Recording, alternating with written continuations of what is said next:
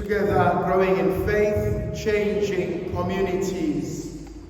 My dear brothers and sisters, I'd like us to reflect on the Gospel of John chapter 20, verses 19 to 31. John in this account says, on the evening of that day, the first day of the week, the doors being shut, where the disciples were for fear of the Jews. If we were to make a comparative study on the Gospel of John and the three other Gospels that we call synoptic Gospels, Matthew, Mark, and Luke, there is a difference. The synoptic Gospels, they always speak about early in the morning, before the sun rises. As they were going to the tomb, then Jesus had already been risen. It is quite interesting that John does not say early in the morning, but rather he says at the evening or on that evening. Now we've got to understand the theology of John when he talks about the evening darkness, day and night. If you remember in John chapter 13, when Jesus says to them, one of you will betray me. And they asked, who is it, Lord? And he says, it is the one to whom I give this piece of bread after having dipped it. And he does that, and he gives the piece of bread to Judas Iscariot. And immediately the author says, then there was darkness. You also remember when Jesus is in the Kidron Valley, it was dark when they came with lantern and lights. And so in the Gospel of John, there is darkness, confusion, fear, frustration, uncertainty. But that also is sin in the Gospel of Luke chapter 24 on the road to Emmaus. The death of Jesus brought about confusion. People could not understand. It did not make sense. But it is the same reality in our own lives. A sense of loss, unemployment, death, sickness. It brings about confusion, uncertainty. We do not know what to expect. We do not know what else to do. We do not know how to be.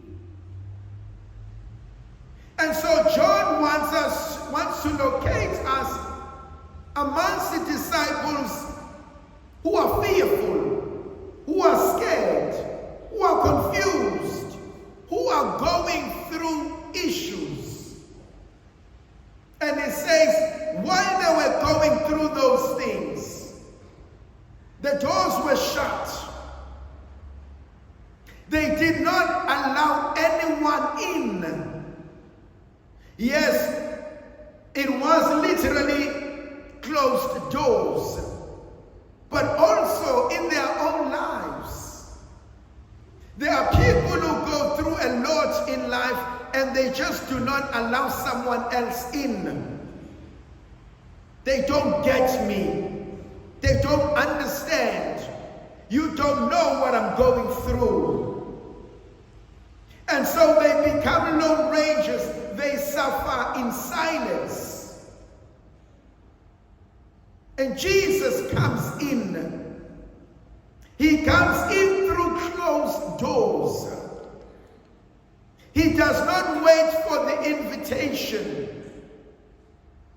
Does God know what you are going through? Yes, He does. Does He know your fears? Yes. The anxiety, uncertainty? Yes.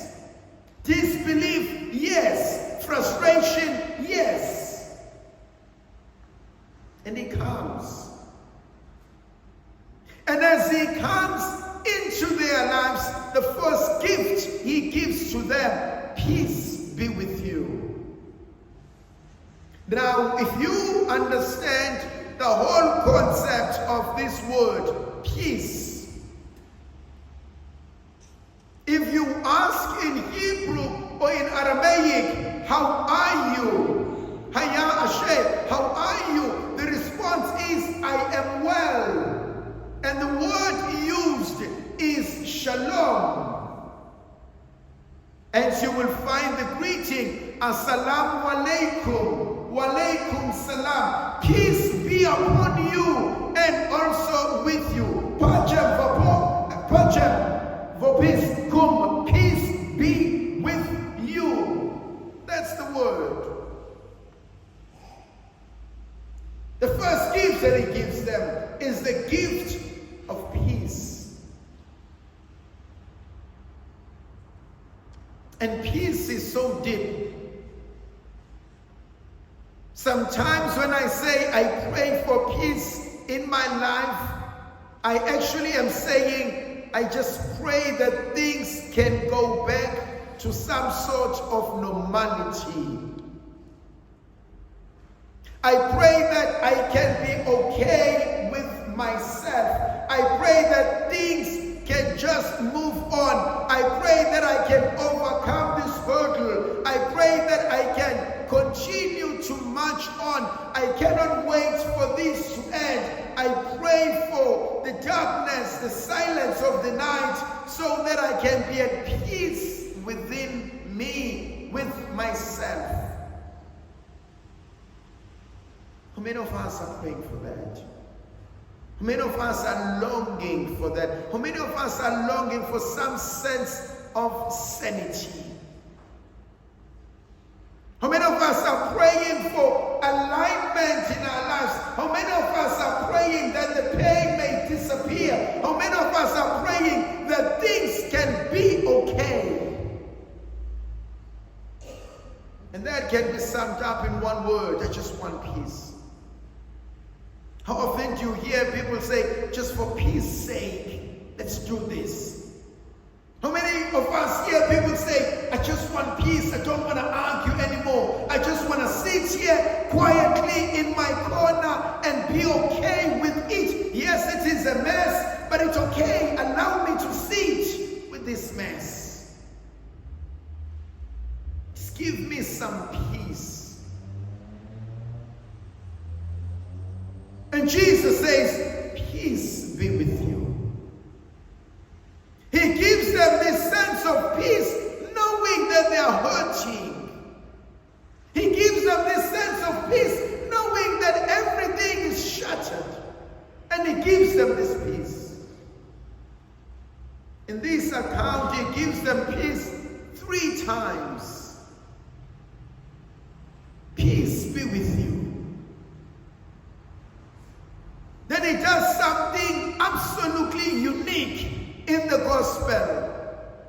Nowhere in the synoptic gospels do we find this. He opens himself up. He says, here are the wounds. Later on in this account, he allows Thomas to put the fingers in the wounds. He says, here is the wound. Touch it. He becomes vulnerable in their presence. He shows them the pain. How many of us cover up the pain? How many of us pretend that things are okay when things are not okay? How many of us put up the makeup so that people do not see the wrinkles, the frustration, the pain, the hurt? How many of us wear a facade, a mask?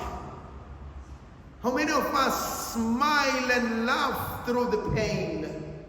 How many of us are so not in touch with the reality going on in our lives? We parade as if everything is fine. Meanwhile, we are not okay. And he says, here is the pain. This is the reality. This is the real me. He allows the disciples to come home to themselves. This is what I'm going through. I'm sitting next to you and I smile and you think everything is okay, but deep down I'm dying.